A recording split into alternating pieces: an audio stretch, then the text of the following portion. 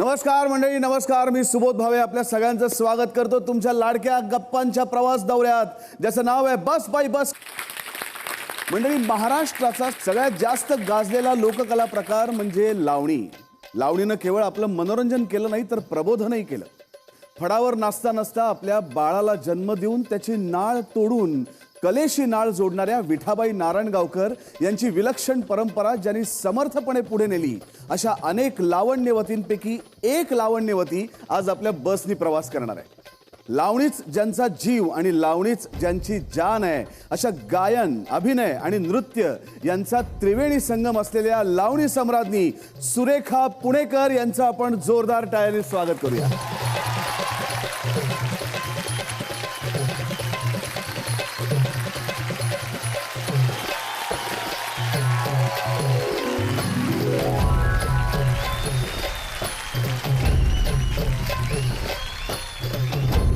चला काका, गाडी काढा. ताई येऊन बसल्यात. तर ताई, बस बाई बसच्या आमच्या या बसमध्ये गप्पांच्या प्रवास दौऱ्यात तुमचं मनापासून स्वागत. बाकी कशात ताई, कसं चाललंय दौरा आणि प्रवास? खूप छान चाललंय. आणि मला आज असं वाटतंय की माझी परंपरा लक्झरी, आणि आज मी लक्झरीमध्ये बसले. मला खूप आनंद वाटतोय की मला असं वाटतंय की मी एक दौरा घेऊन चालले झी मराठीचा. वा वा वा वा वा वा वा वा. पहिल्यांदाच जेव्हा तुम्ही रंगमंचावर पाऊल ठेवलं तेव्हा कुठल्या गाण्यावरती सादरीकरण केलं होतं, आठवतं तुम्हाला? हो. कुठलं गाणं होतं?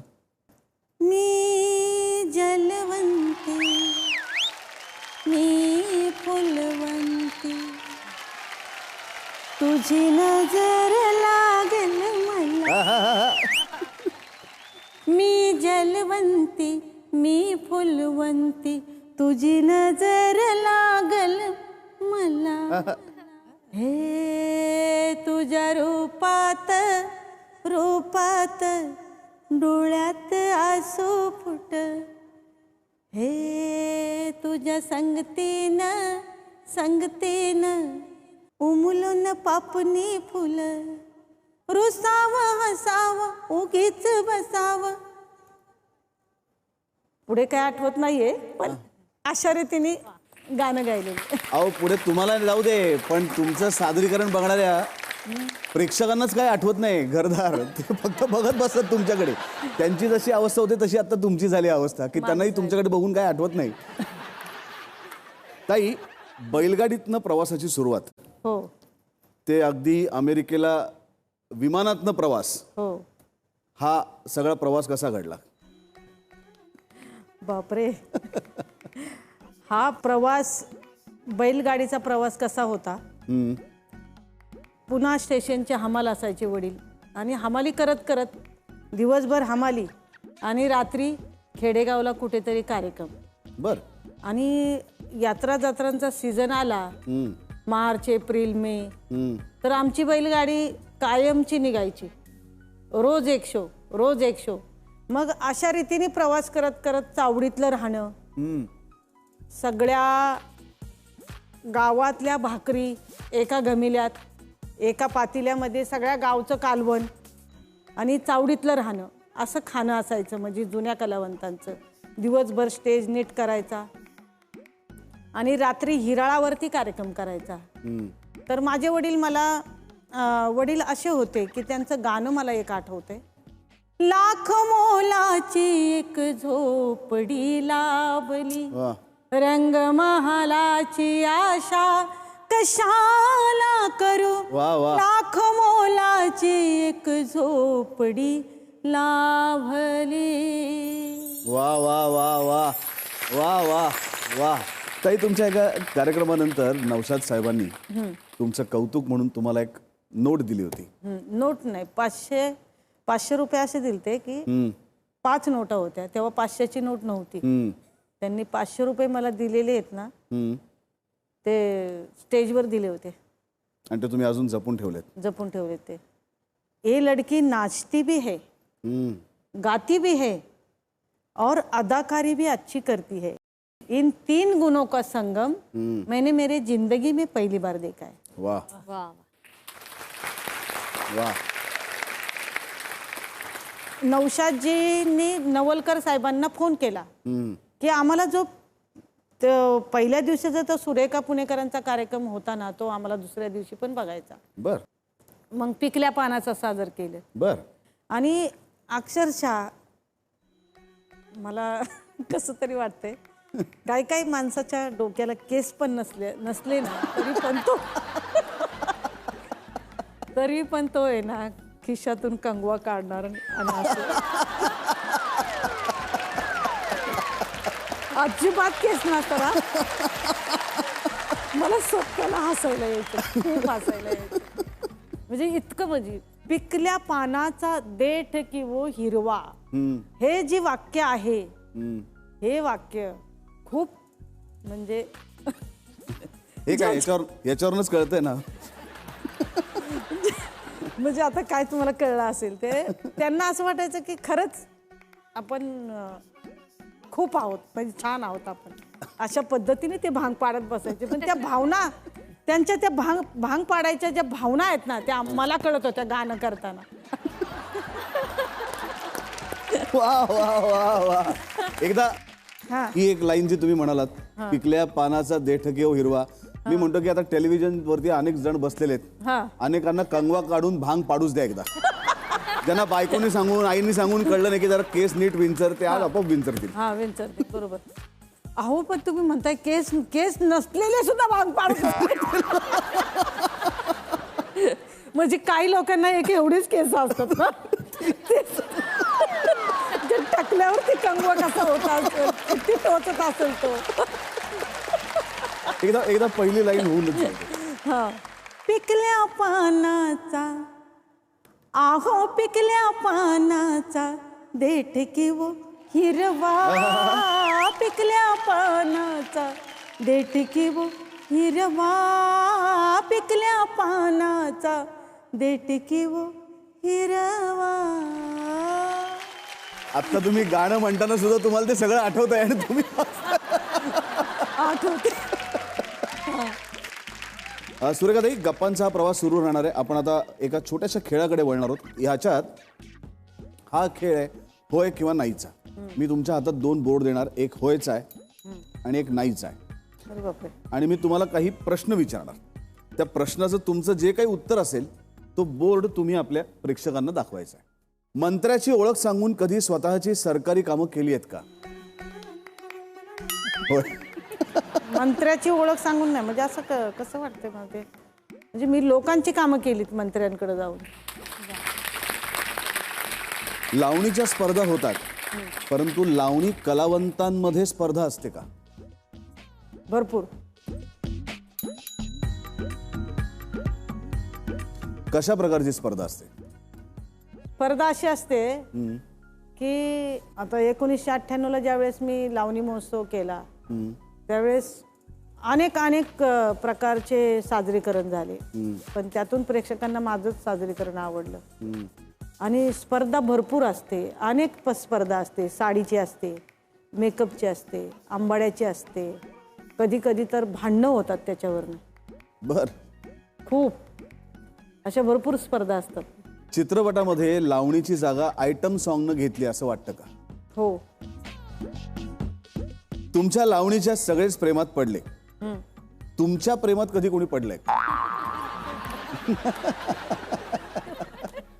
मला असं वाटतं तो डावीकडचा बोर्ड आहे तोच तुम्हाला हातात धरायला लागेल सतत. भरपूर. 16,000 देखणी कार्यक्रम निघाला होता. माया जाधव खडी लावणी, बैठकीची लावणी, सुरेखा पुणेकर. भरपूर मान्यवर यायला लागले, मंत्र्यांच्या बायका, भरपूर असे, म्हणजे इतके मान्यवर यायला लागले. मंत्र्यांचे फोन यायला लागले, किती पैसे घेऊ द्या, सुरेखा पुणेकर बैठक करतील का. मायाताई, शाजी काळे, ओम नाट्यगंधाचे निर्माते मनोहर नरे, यांच्यामध्ये यांना फोन यायचे. तर मला 3-3 शो करून मलाच भरपूर पैसे मिळायचे. मी बैठक का करू, कशासाठी करू? बैठक करणाऱ्या थिएटर आहेत ना, तिथं जाऊन करा. मीच केली पाहिजे असं काय? कुठं गोव्याला करू, उटीला करू, इकडे करू, तिकडे करू? मी म्हणायचे नाही. कारण त्या बैठकीसाठी इकडच्या कार्यक्रमाची नुकसान होती ना माझी. एक दिवस तिकडं बैठकीला दिलं तर एक दिवस माझा इकडचा गेला असा विषय. पण मी कधीही बैठक केली नाही. पण एकच किस्सा सांगते. उद्योगपती सोलापूर जिल्ह्यातले होते आणि कार्यक्रम हॉटेलला घेतला त्यांनी. हॉटेलला घेतला, मेकअप केला, साडी नेसली. मी बघितलं माहोल किती आहे. अक्षरशः 4 ते 5 माणसं होती. बर. मी तिथंच कार्यक्रम रद्द करून टाकला. मला करायचंच नाही कार्यक्रम. तर कॉन्ट्रॅक्टरने किती पैसे घेतले ते नाही माहिती मला. लावणी तुम्ही वाजवलीच आहे, जोरदार वाजवली आहे, पण कधी कोणाच्या वाजवलेत का?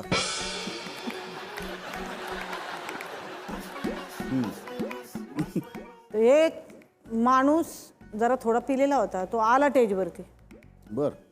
स्टेजवरती आला आणि अक्षरशः तो स्टेजवरती आला म्हणून ती पोरगी लगेच मागं पळून गेली आणि मी विंगेतच उभी होती. मी आले आणि असाच त्याला धरला, असं धरला त्याला, असं धरला आणि असंच त्याला खाली पाडला मी.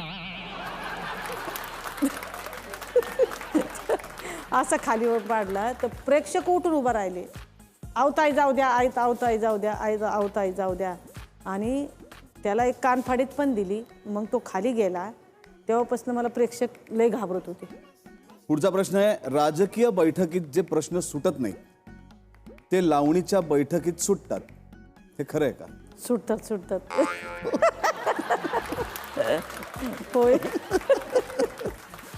सुरेखाताई, आपल्या गप्पा छान रंगतायत या बसच्या प्रवासात. आणि आता वेळ आहे आमच्या महिला मंडळाची, कारण त्यांना खूप काही प्रश्न तुम्हाला विचारायचे आहेत. हो का? त्यामुळे आता ही सगळी सूत्र मी त्यांच्या ताब्यात देतो. नमस्कार. नमस्कार. आमच्या कोकणात ना हा. दरवर्षी भाताची लावणी होता. हा. पण तुमची लावणी फारशी होत नाही, असं का? फारशी होत नाही कसं? कोकणात होत नाही, हा. पण महाराष्ट्रात होते ना. पण कोकणात पण थोडी होई ना. नाही, कोकणात येणार ना आता. कधी येतला? तुमच्या कोकणात सांगा ना की आता मी पेपर जाहिरात देता. हा. पेपर जाहिरात देऊन तुमच्या कोकणात आम्ही येताव म्हणजे येताव. वा वा वा वा, मस्त मस्त. आम्ही वाट बघतो तुमची. हा. पण मी काय म्हणतोय, म्हणजे लावणी करताना जे पैसे उधळतात ना, हा. ते खरे असतात? आणि मग का खोटे पैसे कोण घेईन अंगावर? व्यापार खेळातला नोटा वाटला का तुम्हाला? हा. पण असं होऊ शकतं ना की बाबा एकदम रंगात एखादं इलो आणि खोटे नोटे उधळली? नाही, तो मनात जो पैसे उधळतो ना त्याला मनापासून आवडतं आणि त्या लावणी सम्राज्ञीला बी आवडतं ते पैसे घ्यायला. पण खरे असतात म्हणून, नाही तर त्याचं गचुंड धरीन ना ती. खोटे पैसे का उडवतो म्हणून धरील की नाही? मग मॅडम, नोटाबंदी जेव्हा झाली होती तेव्हा तुम्हाला तो खूप राग आला असं नाही ना? आता काय सांगायचं. अख्ख्या महाराष्ट्राला राग आला होता आणि आम्हाला तर भरपूर राग आला होता. ताई, तुमच्या बाण मारण्याचे आज महाराष्ट्रात म्हणू नका, देशात म्हणू नका, इंटरनॅशनल पण फॅन झाले. हा. पण लावणी प्रकारात आपण बाण मारू शकतो बा, हे आयडिया तुम्हाला कुठून सुचली? आता ही आयडिया आहे ना, आला का बाण. ही आयडिया प्रश्न खूप सुंदर आहे. आणि ऑल महाराष्ट्रामध्ये मी महिलांचे शो करते ना, तर ते प्रश्न असेच असतात महिलांचे. तो बाण मारायचा किस्सा कसा सुचला माहितीये का? आम्ही काय केलं होतं, लाकडी बाण घेतला होता आणि सगळे असे म्हणजे मी सांगितल्याप्रमाणे ते भांग पाडणारे सगळे असे बसलेले असायचे. मग ते काय करायचे, असं सगळ्यांना वाटायचं की सुरेखा पुणेकर माझ्याकडेच बघती. इकडे बघितलं एवढ्या सगळ्यांना वाटायचं माझ्याकडेच बघती. इकडे बसली ना सगळ्यांना वाटायचं माझ्याकडेच बघती. आणि मग ती आयडिया मी एक दिवस काय केलं, आम्ही बाण तयार केला, धनुष्य बाणासारखा बाण तयार केला. पण ते बाणाने होईना व्यवस्थित. मग मी हातानेच बाण मारायला लागले. हा, म्हणजे लोकांना असं वाटावं की बाबा नेम धरून बाण फेकते. असा एक प्रयोग होता, नांदेड भागामध्ये होता. शिवसेनेचा खासदार होते. त्या खासदारांनी काय सांगितलं, तुम्ही आता असा हातात बाण घ्या आणि असा मारा. मग त्या लावणीमध्ये मग तिथून आमची सुरुवात झाली की बाणच मारायचा या शब्दाला. नेम धरून बाण फेकते. मग म्हणजे अशा रीतीने तो मान खासदारांची सुरू आयडिया ही करतो. खासदारांची आयडिया तो. नमस्कार मॅडम, नमस्कार. मी सखूबाई. मी धुणं भांडे स्वयंपाक ही कामं करते. मॅडम, मला एक प्रश्न पडलाय. सुरुवातीच्या काळात तुम्हाला पण धुणं भांड्याची कामे करावी लागली, हो. हे खरं आहे का मॅडम? खरं म्हणजे काय, खरंच आहे. मी एका काका काकीपाशी घरकाम करत होते त्यावेळेला 30 रुपये महिन्याने. त्याच्यातले 15 रुपये मी आईला द्यायचे.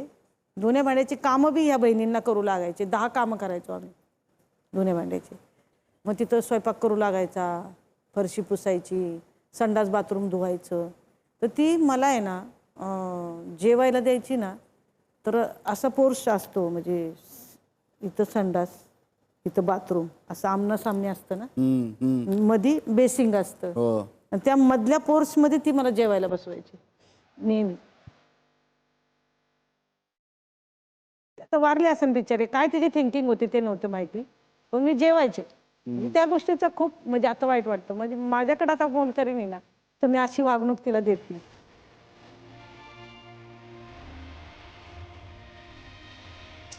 या पद्धतीने लहानपण काढलेले.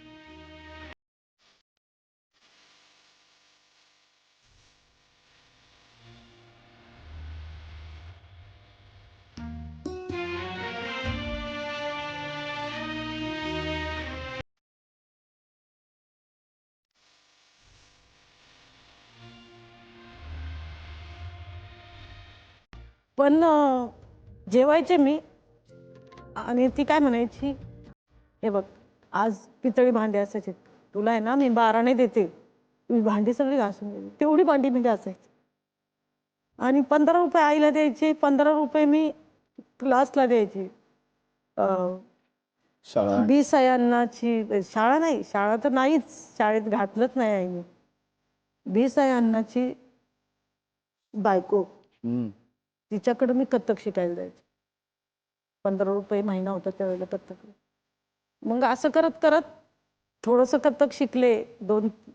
1-2 परीक्षा दिल्या आणि गायनाकडे माझं लक्ष असायचं, वडील शिकवायचे. अशा पद्धतीने मला हा प्रश्न तिने विचारला ना, तर मला जरा भावूक झाले. मॅडम, माझी एक मैत्रीण आहे बरं का, पण तिला तुमचा लय राग आहे.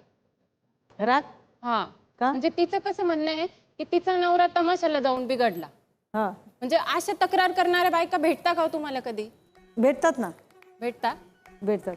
काय तक्रारी असतात त्यांच्या? त्यांच्या तक्रारी एकच असतात की लावणी ही खराब आहे, माझा नवरा सारखा लावणीला जातो आणि बिघडतो, असं तसं. तर मी बऱ्याच वेळेला महिलांना सांगितलेले की तुमचा नवरा लावणीला जरी जात असेल तर तो कला बघतोय, त्या महिलेकडे बघत नाही. कारण त्या महिलेला 3-3 प्रयोग करायचे. तुमच्या नवऱ्याला भेटायला कधी वेळ मिळणार? आणि नसल पाठवायचं तर तुम्ही या त्याच्या बरोबर. आणि असे किती शो केलेत मी. म्हणायचे काय हो, आज तुम्ही जोडीने आलात, पण मला असं वाटतं तुम्हाला पाठीमागून बंदूक लागली वाटतं. तुम्ही हसायचं पण नाही, बोलायचं पण नाही, आणि म्हणजे तो टेन्शन मध्येच हो शेजारी बसलेला. ती एन्जॉय करणार पण तो टेन्शन मध्ये असायचा. मी असं ऐकलंय की कोणीतरी बंदूक पण दाखवली होती. हा, ती बंदूकचा किस्सा आहे तो याचा आहे, सोलापूर रोड. हा, खरंय? हा. काय झालं होतं? मंगल कार्यालयामध्ये शाळेच्या मदतीसाठी कार्यक्रम घेतला आणि त्याच एरियातला माणूस, आणि तो गुंड होता, मोठा गुंड होता, आणि आम्ही चांगलं ओळखत होतो त्याला. आला, आम्ही नुकतंच गाडीतनं उतरलो. आम्ही दुपारचा शो बालगंधर्वचा करून संध्याकाळचा शो तो मेकअपला बसलो. आता दुसऱ्या म्हणजे 12:30चा शो करून गेलो आणि परत दुसरा मेकअप करायला पोरी बसल्या, आणि तो आला मेकअप करायला बसताच तो आला आणि म्हणला बाबा गेले त्याच्या समोर. काय पाहिजे तुम्हाला? हो, काय पाहिजे? तर बाबांना म्हणलं जरा थांबा, म्हणलं काय पाहिजे. मग मी पुढे गेले. काय हो म्हणलं, काय झालं, काय पाहिजे तुम्हाला? तर त्याने बंदूकच काढली. अरे बापरे. त्यांनी काय झालं तो बाबावर चिडला. मग बाबा गप्प बसला आणि बाबावरती तो चिडला. हा. मग तो चिडल्यानंतर त्यांनी बाबाला बंदूक काढली. बंदूक केल्यानंतर मग मी अशी गेली मध्ये. अरे बापरे. बंदूक काढल्यानंतर म्हणलं अहो काय पाहिजे तुम्हाला. मग त्यांनी वरती गोळीबार केला, म्हणजे हवेत गोळी झाडली त्यांनी. नाहीतर त्या दिवशी बाबा खाल्लासच होत होता. अरे बापरे. हा. आणि मग काय पाहिजे तुम्हाला. मग मी पुढे गेला, तो जरा असा नरमला. त्याने हवेत गोळी मारली. म्हणला मला ते कारभारी जमानं पिलेला होता तो. कारभारी जमानं गाणं पाहिजे. तुम्ही म्हणलं अवगण नाही, गवळण नाही, काय नाही, पुरी मेकअपला बसल्यात, तुम्ही जरा 1 तासभर बसा, उरकलं की लगेच चालू करतो आम्ही. तो म्हणे नाही नाही तसलं काय नाही. म्हणला मला लगेचच्या लगेच मला लावणी ऐकायची. म्हणला कधी मी थिएटरात गेलो ना तर लगेच बैठक लागती मला. म्हणला तुम्ही म्हणलं अहो आमचं तसं नाहीये, आम्हाला मेकअप करावे लागतात, आम्हाला तिकीट काढून लोक बघायला येतात. मग शेवटी त्याला मेकअप रूम मध्ये बसवला. आम्ही 4-5 जणी मेकअप करत होतो आणि त्याला तिथं मी लावणी करून दाखवली कारभारी दमन. अशी परिस्थिती. मॅडम, महाराष्ट्रात जशी तुमची लावणी प्रसिद्ध आहे ना, तशाच तुमच्या साड्या पण प्रसिद्ध आहे. अशा किती साड्या आहे मॅडम तुमच्याकडे? कमीत कमी 1998 पासून तर आतापर्यंत प्रत्येक प्रयोगाला 4 साड्या बदलायची मी. आता 3 बदलते. तर लाखोच्या घरात गेले असतात मी तेव्हा पण. लाख साड्या. ते साड्या ठेवता कुठे. ठेवता का त्याच दुकानात जातात. सुरेखा स्पेशल साडी नावाने परत लोक विकत घेतात. नाही. हा, नमस्कार सुरेखाताई. नमस्कार. हल्लीच्या मुली जे लावणी करतात त्यांना असं वाटतं लावणी म्हणजे अंग प्रदर्शन. तुमचं काय मत आहे यावर? आता लावणी तमाशा अंग प्रदर्शन करू नये. कारण का घरातल्या महिला कुठेतरी आता लावणीला एक चांगलं मानायला लागल्या, बघायला यायला लागल्या. असं होऊ नये की ह्यांच्या अंग प्रदर्शनामुळं लावणीला महिला यायच्या बंद होतील, की शेवटी पुरुष मंडळी तेच करणार ना. म्हणून साजरीकरण करताना लावणीने सम्राज्ञींनी आणि वल्गर बोलणाऱ्यांनी व्यवस्थित बोलावं, शोभलं असं, साजलं असं आणि एक मार्मिक असावं. आणि साजरीकरण का चांगलं केलं पाहिजे, चांगल्या कपड्यात, अंग भरून कपड्यात. कारण तुम्ही जर आता साजरीकरण चांगलं केलं तर तुमची जी पुढची पिढी आहे ते सुद्धा ह्या कलेवरती पोट भरतील. नाही तर पुढच्या पिढीला एकदम ओपन होऊन नाचावं लागेल, तेव्हा ते लोकांना आवडेल. आता तुम्ही अर्ध्या कपड्यात करताय. हे वळण कधीच प्रेक्षकांना नाही लावायचं. काही ठिकाणी काही लावणी सम्राज्ञींना महिलांनी स्टेजवरतून वडून मारलेले. का तर तिचं अंग विक्षोभ होत होतं. तुम्ही कलेतनं दाखवा. तुमच्याकडे जी कला आहे ना, तुम्ही कलेतनं प्रेक्षकांचं मन जिंका. तुम्ही नाचता नाचता जर असं करताल, शिट्टी वाजवा म्हणताल, काय उपयोग आहे. जो एखादा तुम्हाला तुमच्या प्रेमात पडलेला असेल तोच शिट्टी वाजवणार, तोच टाळी वाजवणार. बाकीचे इतर नाही वाजवू शकत. कारण तुमच्याकडे काय कलाच नाहीये. तुम्ही चांगलं सादरीकरण करा. अरे तुम्हाला लोकांनी चांगलं म्हटलं पाहिजे किंवा लोकांनी वावा केलं पाहिजे. लोकांना सांगून टाळे वाजून काय उपयोग नाही. तुमचं कला सादर करा आणि आत्मसात केलं पाहिजे की आपल्याला काय केलं पाहिजे. अरे तुम्ही शिका. जेवढे मोठे मोठे जुने कलावंत आहे त्यांच्याकडनं शिकलं पाहिजे. अरे लगेच तुम्ही तुमचं नाव बोर्डाला लागतंय की लगेच 15 दिवसांनी ते खाली येते, तसं नको. ते कायमचं लागलं पाहिजे. खूप महत्वाचा मुद्दा तुम्ही सांगत आहात ताईकडे. ताई नमस्कार. मागाचपासून ज्या लावणीचा उल्लेख झाला, पिकल्या पानाचा देठकी हो हिरवा, आणि यातच जो बाणाचा उल्लेख केला, हो, तर ती अदाकारी सगळ्यांना बघायला आवडेल ना नक्की. आणि माझी खूप मनापासून इच्छा आहे, मला संगीताची आवड आहे, तर तुम्ही त्यावर अदाकारी करावीत आणि मी त्याला सूर द्यावा.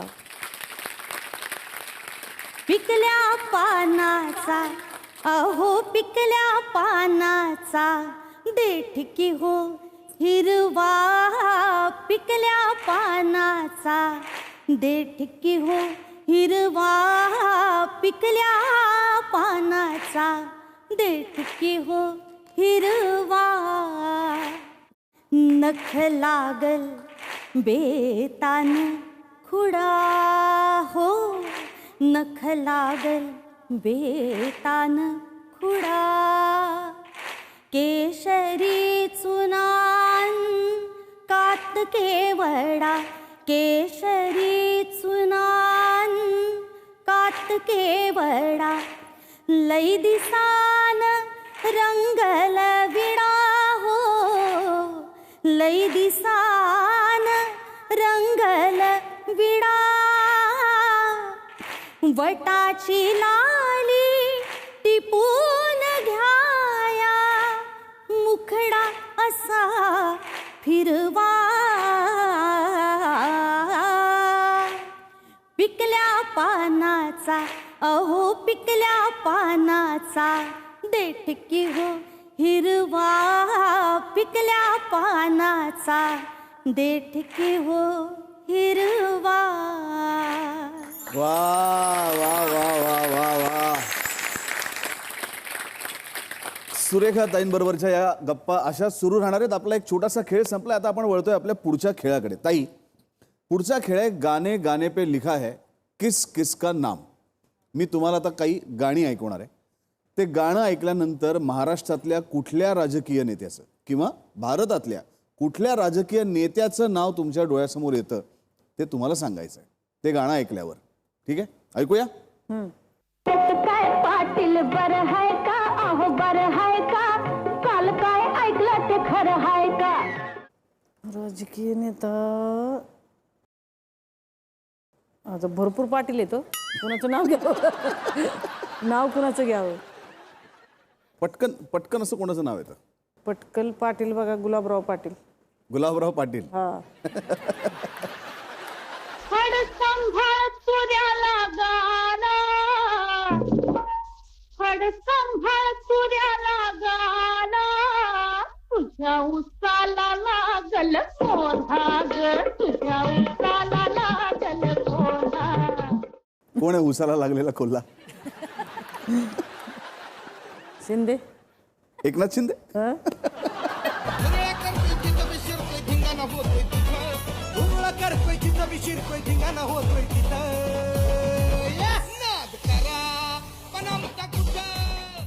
कोणाचं नाद करू नये असं वाटतं तुम्हाला? कुठल्या राजकीय नेत्याचा? हो, आताच्या राजकारणात ना फडणवीसचा राज नाही करायचा.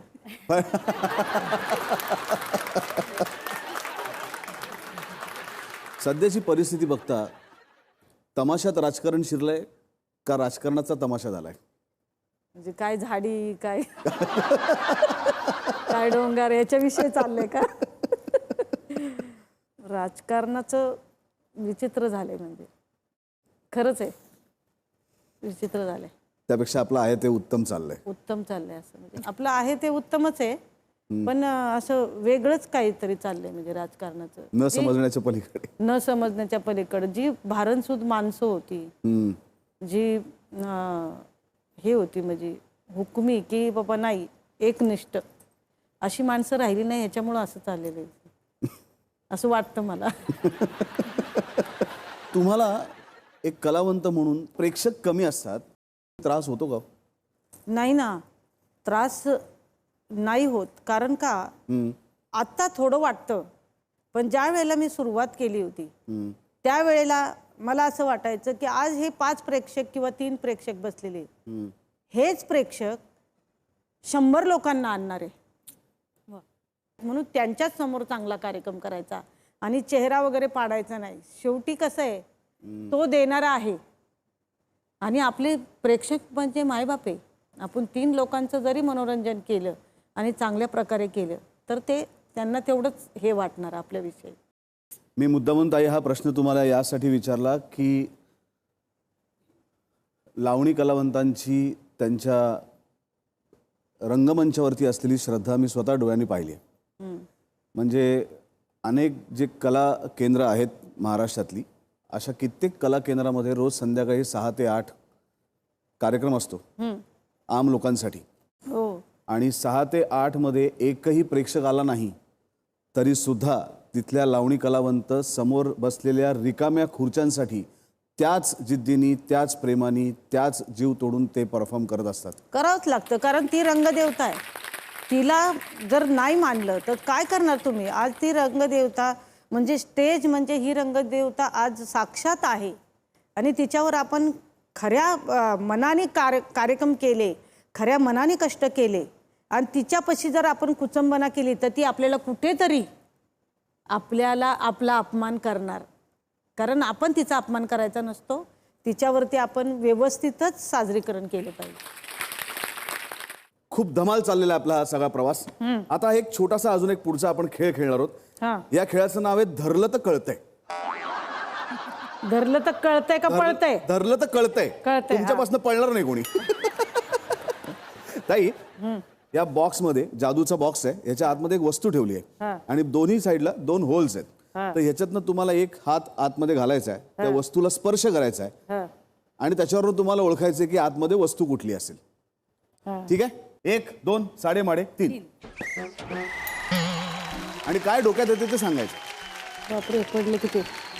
हा, ते रिक्षाचं हे असं परफेक्ट परफेक्ट. रिक्षामध्ये नाही तर जुन्या काळात होतं ते असं भोंगा. भोंगा, हा तोय.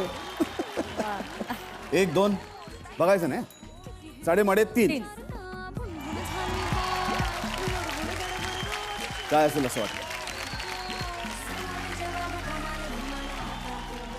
काय वाटतंय अंदाजाने? काय सांगा वाटतं? काहीतरी. काकडी का काहीतरी आहे. हा, काकडी किंवा वांग. काकडी किंवा वांग.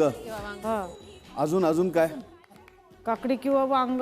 किंवा अजून नाही बाई, वेगळंच काहीतरी आहे. काय वाटतंय अजून काही अंदाज? अजून काय? काकडी सारखं वाटतंय. अजून दोडका. ठीक आहे ताई, थांब बघूया काय. बघूया काय याच्यात. अरे बापरे, काकडीच आहे की? नाही, काकडी सारखी आहे पण याला झुकिनी असं या भाजीचं नाव आहे. चला पुढची वस्तू. 1, 2 साडेमाडे 3 अरे बापरे, बापरे, काय असेल? काय? केक आहे, केक. हा, केक. अरे वा वा वा, ओळखलेलं आहे ताईंनी. चला पुढची वस्तू. 1, 2 साडेमाडे 3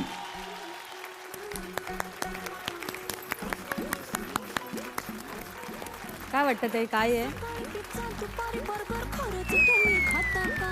काय वाटतंय? रसमलाई. रसमलाई. हो, वा वा वा वा वा वा.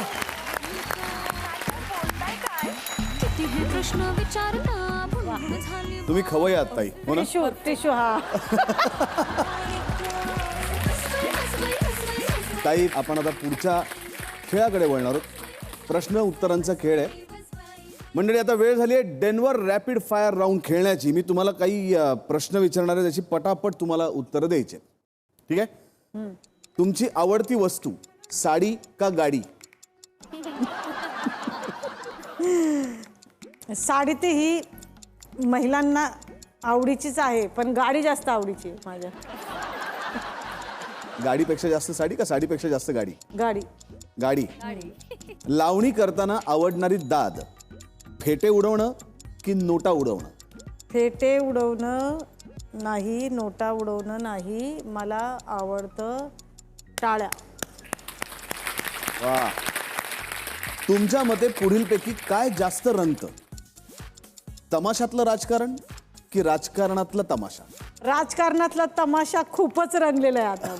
म्हणजे ईडी धरून सगळेच म्हणजे फार रंगात आले आता. आवडते माजी मुख्यमंत्री कोण? विलासराव देशमुख की अशोक चव्हाण? विलासराव देशमुख. आवडता हिरो कोण? अमिताभ बच्चन का राजेश खन्ना? राजेश खन्ना माझा आवडता हिरो. आहा. ताई, आणि आता आपण अगदी आपल्या या प्रवास दौऱ्याच्या शेवटच्या टप्प्यावरती आलेलो आहोत. तुम्ही आता इतका प्रवास केलाय महाराष्ट्रात, बैलगाडी ते विमान, ही रेंज आहे तुमच्या प्रवासाची. तुमच्या या प्रवासात तुमच्या बरोबरची मंडळी तुमचे सहप्रवासी म्हणून असतातच, पण बऱ्याच वेळेला जेव्हा तुम्ही प्रवास करत असता एकटीनं, तेव्हा काही काही सहप्रवासी आपल्या बरोबर येतात ते आपल्याला माहिती नसतात. कदाचित ती व्यक्ती आयुष्यभराची आपल्या बरोबर होऊन जाते किंवा कदाचित तेवढ्यापुरताच तिचा संबंध येतो आणि ती व्यक्तीला आपण विसरूनही जातो. तर आता तुमची शेजारची सीट आहे ना ती रिकामी आहे, तर त्यावर आपण एका सहप्रवाशाला आणून बसवणार आहोत. तो सहप्रवासी कोण आहे आपल्याला माहिती नाही, तो आपल्याला दिसेल आणि तुम्हाला त्या सहप्रवाशाशी गप्पा मारायच्या आहेत. बघूया.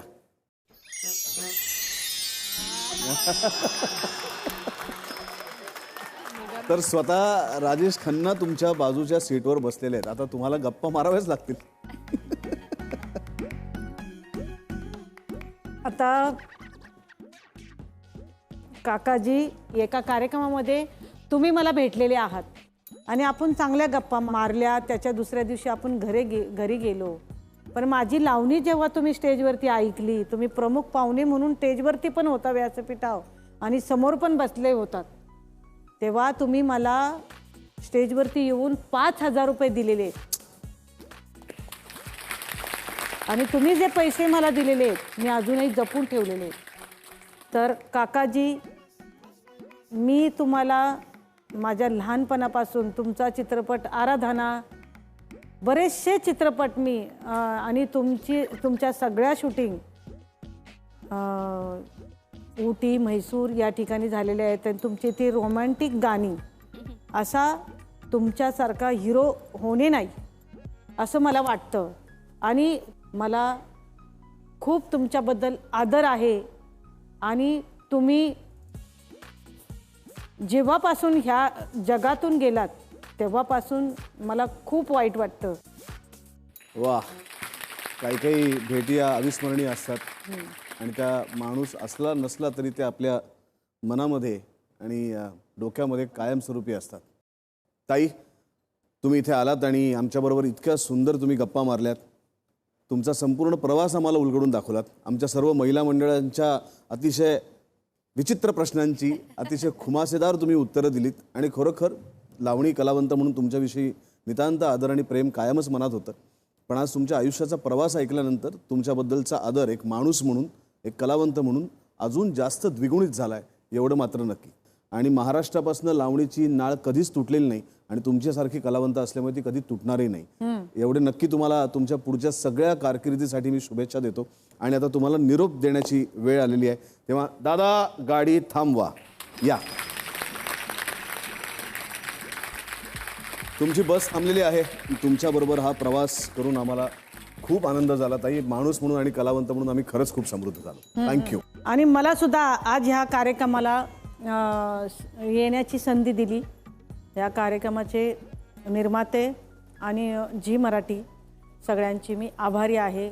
आणि सुबोधजी आणि माझ्या महिला सगळ्यांची मी छान गप्पा मारल्या, आनंद वाटला.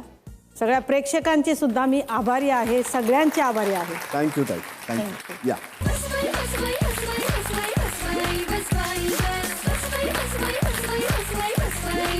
तर म्हणजे आजचा प्रवास इथेच थांबूया, पण पुढच्या भागात भेटूया नव्या वाटेवर नव्या प्रवाशासह. तोपर्यंत हॅपी जर्नी आणि ही बस पकडायला विसरू नका. पाहत राहा बस बाई बस.